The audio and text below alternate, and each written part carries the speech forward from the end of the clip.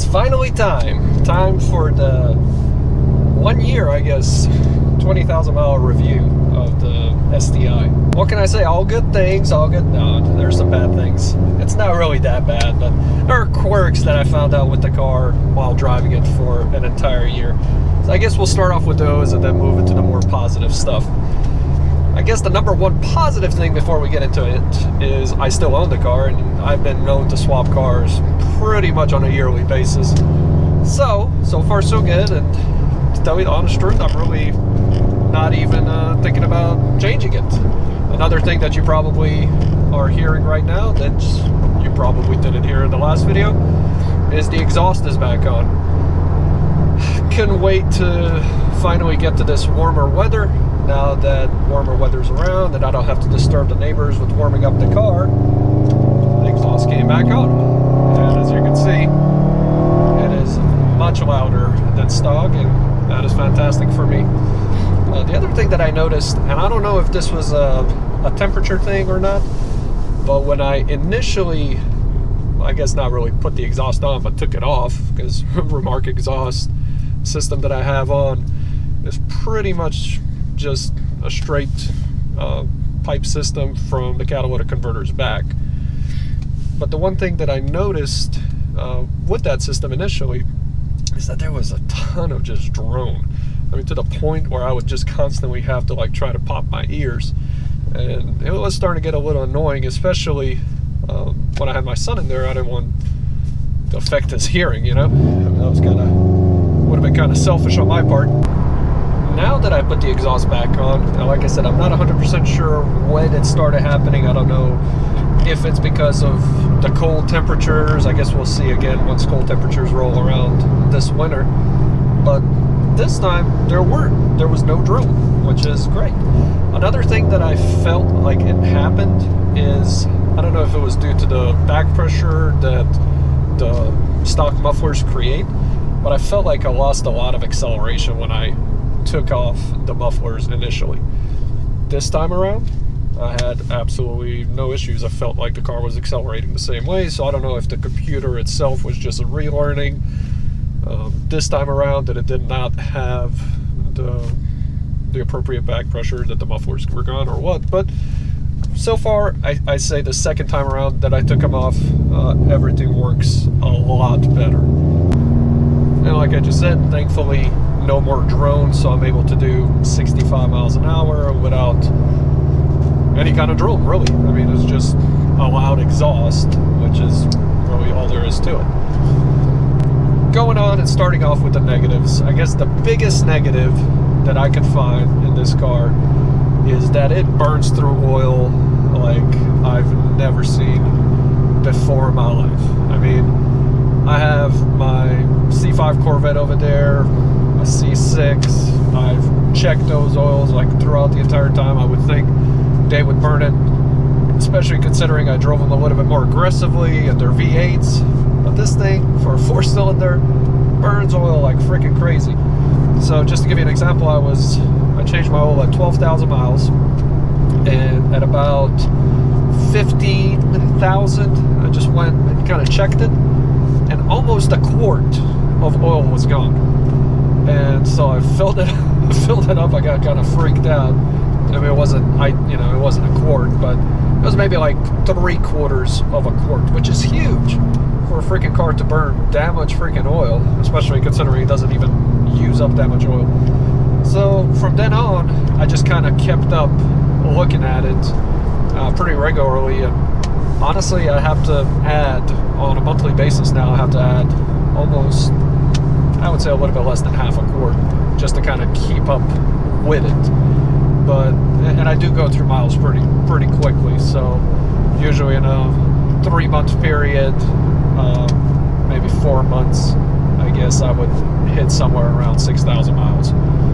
But yeah, it goes through oil like crazy. I'm not 100% sure if it did the same thing before the 12,000 miles. I know I checked it and it wasn't really doing it before, but again, I wasn't really thorough about it. I did also, of course, check for leaks everywhere. It's not leaking anywhere. It's, exhaust looks fine. I mean, it doesn't look like it's burning oil through the exhaust or anything like that. But I don't know where it's going. So I did do a little bit of research, and I found out that these cars are notorious. Sorry about that. I did do a little bit of research, and I did find out that these cars are notorious for burning oil. And I guess there you go. Just kind of keep up with oil. Maybe keep checking it. The second thing, it's not really anything as serious as that, is the speaker quality. Now, the speaker quality in my WRX, when I had the 2018 WRX, was probably some of the worst speakers I've ever had, and ever heard anywhere, in any car. I mean, those speakers were just terrible. And when I upgraded to this car, I felt like the speakers were upgraded considerably. Now, I've been listening to a lot of music lately on my Bose headphones, and just kind of really listening to every single type of sound that is being produced.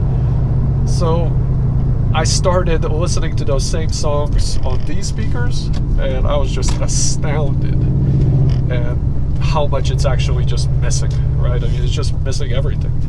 I went back and listened to them on my wife's GS350, which I think she has Bose inside that system, and you can hear almost everything that you would hear through the headphones. I also listened through my Sonos system inside the house, and the songs do play quite well, but with the speakers in here, I mean, that's going to be one of my next upgrades. I guess while I'm talking about speakers, that's always been one of my first things that I upgrade in a car anyways. But I think I'm gonna, not really soundproof, I guess you can call soundproof the interior a little bit more. I do like the car and how loud it is, but once again, I drive my son around, and I just don't want it to be too loud for him. There's been a couple of times when we had the windows down, and he said, it's just too loud, can you put the windows up? So straight piped WRX STi it can't get loud. At the same time, I don't want to take the exhaust off and put the stock one back on, because it's just way too quiet at that point.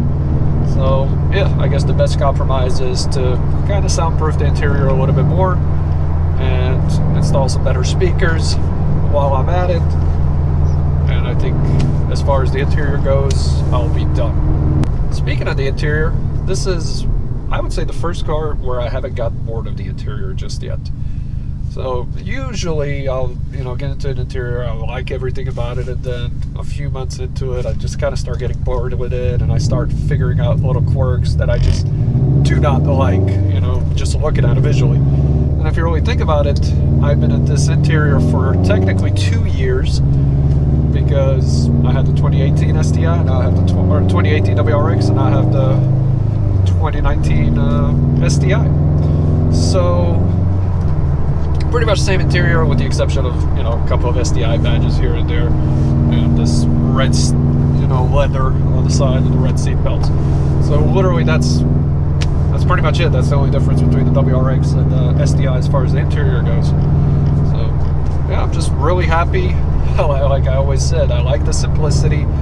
I wish somebody would come out with an even simpler car as far as the interior goes. I want some just analog gauges and that kind of stuff, but that's wishful thinking. You're not really gonna get the kind of true analog gauges that I'm talking about with any modern manufacturers at this point. They all think people just crave for luxury all the time.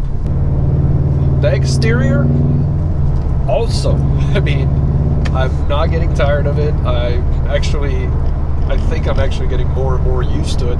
Initially, there were a couple of areas that I wasn't really a big fan of, and those areas, they don't bother me anymore, but I guess just because I'm used to it. But in the future, I think I am going to try to tweak it just ever so slightly.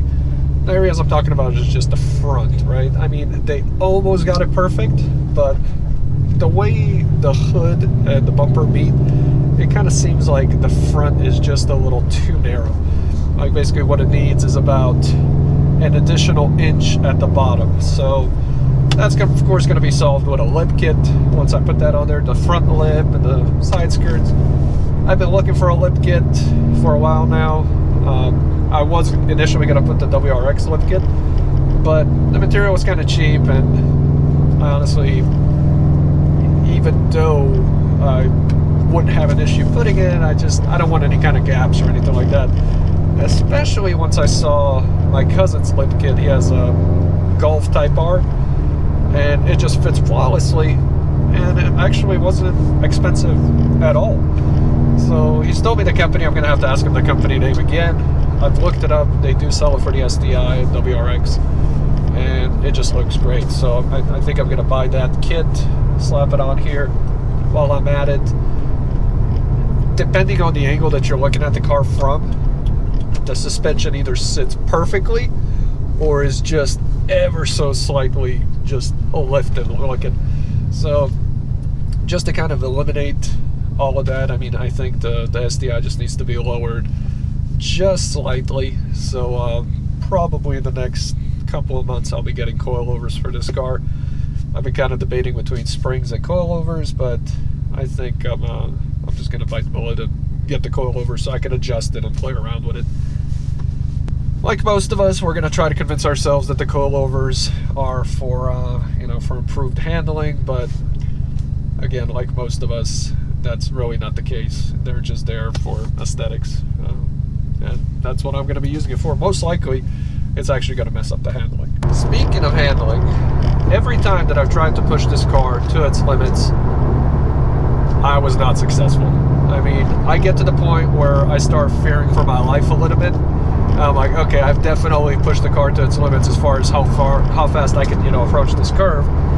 And then the following day, I try to do it just a little bit, faster, and you realize, like, oh man, I actually succeeded again. So then you do it the next day, and the next day, and the next day. And to tell you the honest truth, this is the first time that I have absolutely no idea how fast this car can go through certain turns. I mean, I've been pushing it, of course. I haven't been trying to go 5-10 miles over the speed limit, a couple of miles here and there, try to push it, but every single time it comes back and it responds really well. I mean, honestly, I think something else will happen more likely before this car loses grip through the turns, and that's what I'm mostly worried about, that somebody's not going to jump out in front of the car or something like that while I'm doing some stupid speed through the turn. Just to kind of give you an example of the WRX non-STi version, the WRX gives you confidence, I think, as soon as you sit behind it. I don't know if it's the electronic steering, but it gives you a lot of confidence, and you just feel like, hey, I can just go as fast as I can through this curve. With the STi, I feel like you have to earn it a little bit more, even though you actually can go faster than the WRX through certain curves. So yeah, I mean, there's definitely been a few curves where I've hit 10 to 15 miles faster than I had with my WRX, just because I've gotten more and more comfortable with the STi. That's not to say that maybe because I've been practicing with those two cars that I've just kind of gotten accustomed to the car's overall geometry, but the suspension is completely different than the WRX, so I honestly do think that the STi does a little bit better through the curves than the WRX. Confidence has to be earned with this car, but once you get there, I mean, it's rewarding. There's another thing that happened. I've noticed that I've started judging every other car's manufacturer's brakes based on how they look like compared to the STi. I mean, these things are my all-time favorite brakes anywhere. I wish that every single manufacturer would take note and just look at what the STi did. I mean, I love the fact that I can't clean my brakes properly because they're so close to the wheel and they're so massive that, I mean, it's almost laughable how big these things are. We were looking at the Ferrari 458, and I was just blown away at how they just got the brakes wrong, in my opinion. I understand, whatever, weight saving, etc., etc., or maybe they just didn't want to focus on it. Who cares? I mean, they'll most likely make up some excuse like, hey, this is, you know, most likely perfect for Ferrari's geometry and weight savings and whatever. But the brakes just look too small for that wheel. So when I look at my car, I look at that Ferrari 458, most likely the brakes are about the same size, but it just looks better on the STi. I think Ferrari should have just added some more meat around the bones. I mean, I don't care. You know, I don't care about the 2 pounds of weight savings that you're going to do by, you know, having slightly smaller brakes or whatever. It just, a car looks so much better with these massive brakes, and it's going to be difficult for me to buy any other car that has smaller brakes. I mean, as a matter of fact, I'm looking at both my Corvettes. Every single time I look at them, I say, oh God, I need to upgrade these brakes, because it just looks embarrassing now compared to how the STi looks.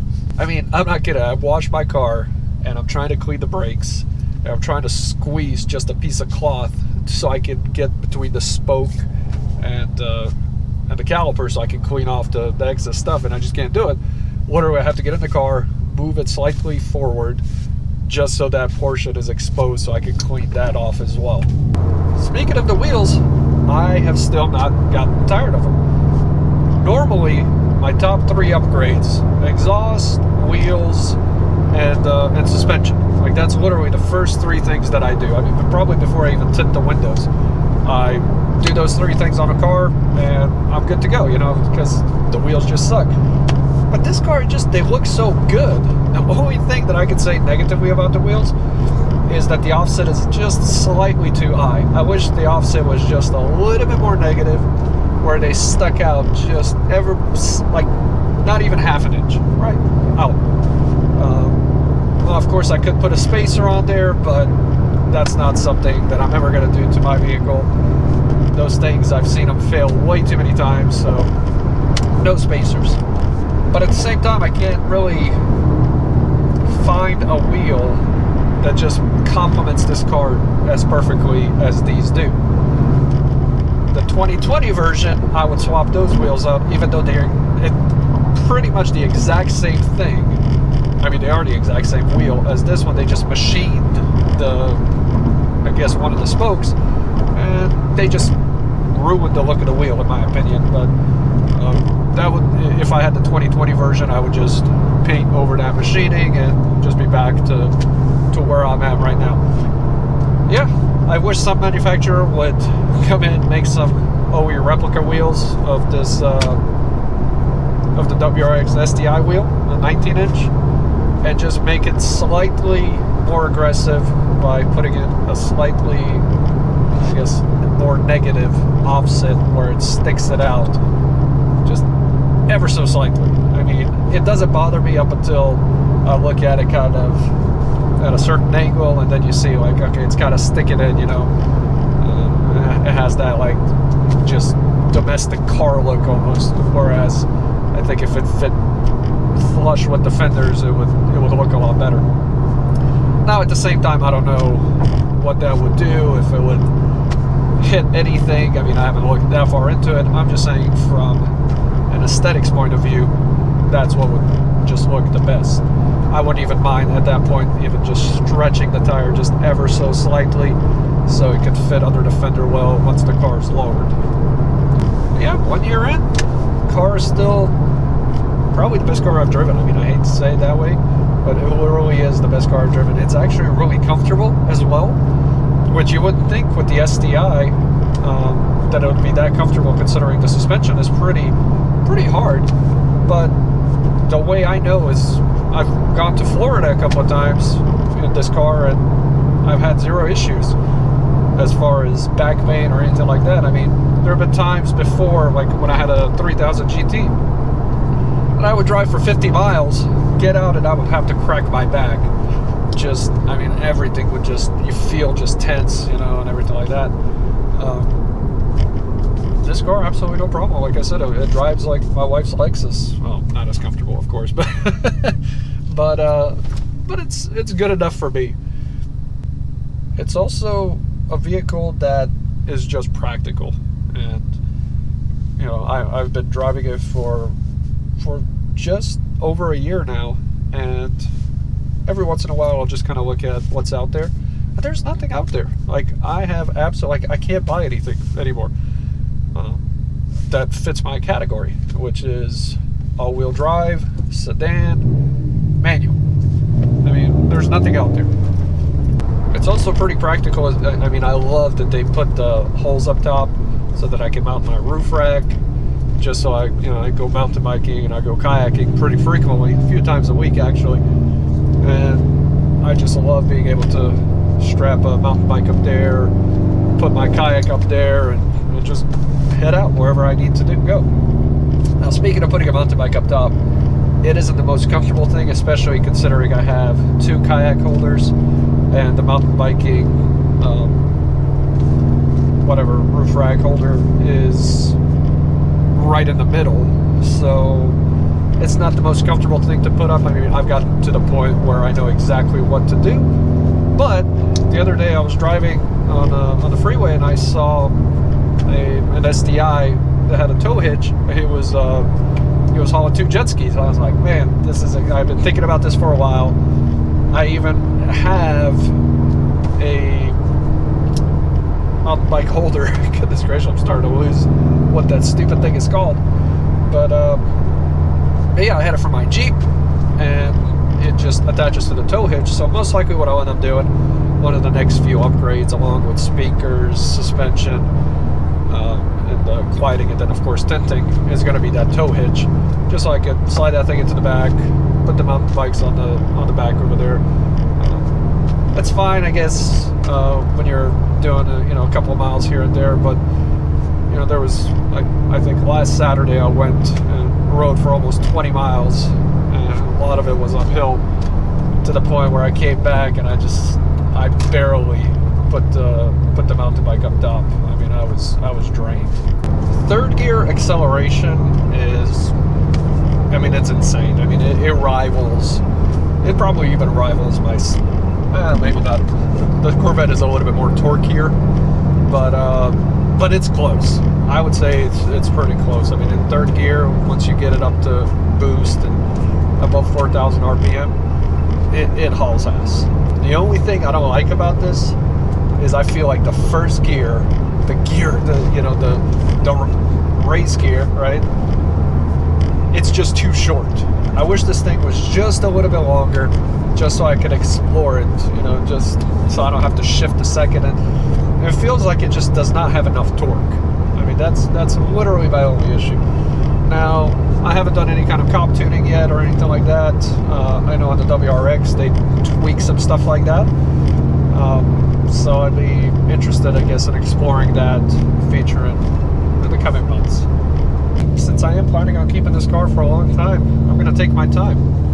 I think I am going to just start with a basic little cob tune, see how it works, see what I think about it, and then start upgrading it, stage 1, stage 2, stage 3, and really get some actual power out of this car. Because I do feel like it lacks in power just slightly. Like I said, in third gear, it's actually pretty good, above 4,000 RPM. I mean, it just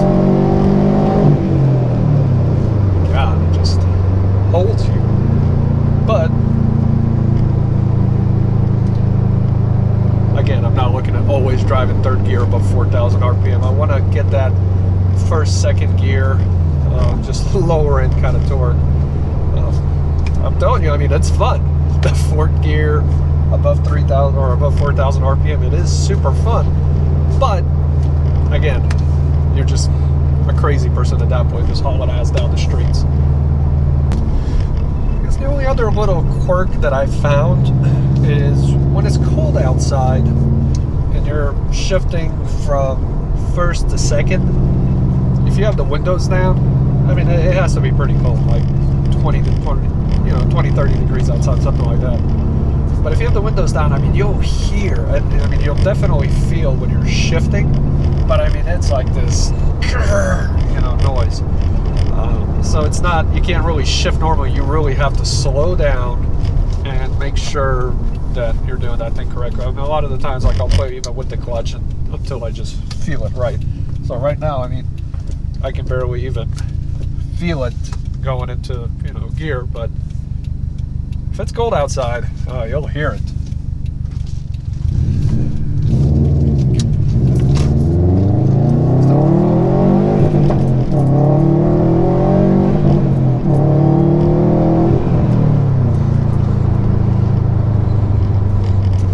I don't know. That was a pretty good first gear pull, not gonna lie. It sounded, it looked pretty good. It felt pretty good. Maybe I'm going to change my mind. I don't know. But I do remember there had been a couple of times where I just did not like the way it pulled in first gear. So I guess I'm still going to stick to it a little bit. But I wish it was just slightly longer. I guess I'll stick to that. That's really all I got. I mean, you guys are about to see something pretty interesting. This is actually going to be pretty fun. I'm glad I got it on camera. As I'm recording this, of course, 6 cop bikes. So hopefully they won't come after me. But I think they're just doing a little training driving. I mean, who knows? Who knows what they're doing? But yeah, I got really nothing else to say other than the car is actually pretty good. I mean, it's one of those cars that you should definitely own at one point in your life. But yeah, just be good with it. I am accelerating a little bit faster than I normally do, just to kind of see what the police officers will do. I think it'll make good footage, me getting dragged out of the car. But it's not gonna happen. I'm not doing anything stupid. I'm just kidding.